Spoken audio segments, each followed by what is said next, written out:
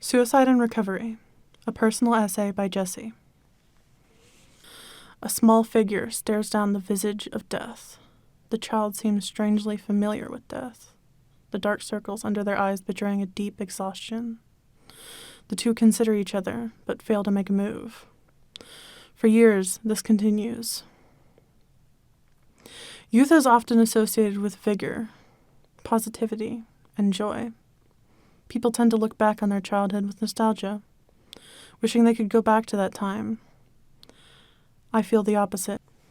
My childhood was unpleasant, to put it mildly. My parents did their damned best, supporting me and giving me the care I needed at every turn. But the world was cruel in comparison. Through sexual assault and bullying, through mental illness and disability, through seizures and doctor visits, my childhood was a trudging battle to survive. I did not expect to live to adulthood. When I stumbled past that threshold, I felt lost, adrift. I could barely cope. I planned my suicide several times, but sheer survival instinct drove me from the edge. One day, I watched a few philosophy tube videos on mental health, and her perspective on her own suicide attempts made me take my own suicidal ideation more seriously. In a panicked frenzy, I researched just how urgent my situation was, and eventually decided to voluntarily hospitalize myself. Now, my memory is imperfect, but I remember this decision being pivotal.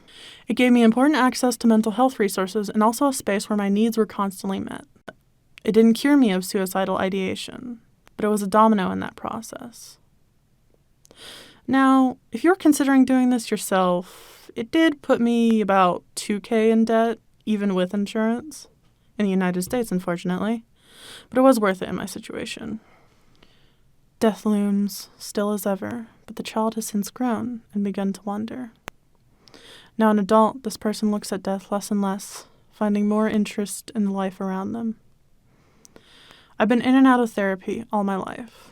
Trauma colored my experience as young, and my parents, as supportive as they were, wanted to ensure I had the resources to deal with it. As a result, I've been developing skills to cope with my struggles slowly over time. One of those skills is the ability to give myself compassion, or to regard myself as human. I've always seen people in high regard. People deserve to live, to be treated with basic decency, to have their needs met, to make mistakes and be forgiven, to exist without having to earn it. And yet, I always consider myself below these rights.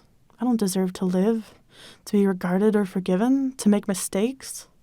I had to remind myself that, no, I am a person. Another is the ability to feel without judgment.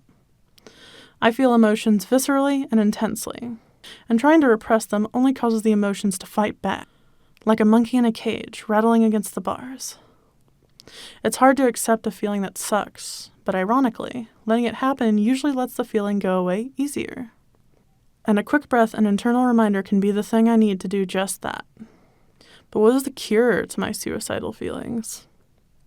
In reality, all of my journey was.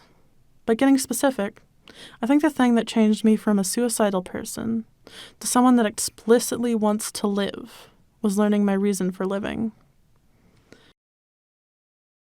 The person turns away from death, who remains. This one's time will come when it does.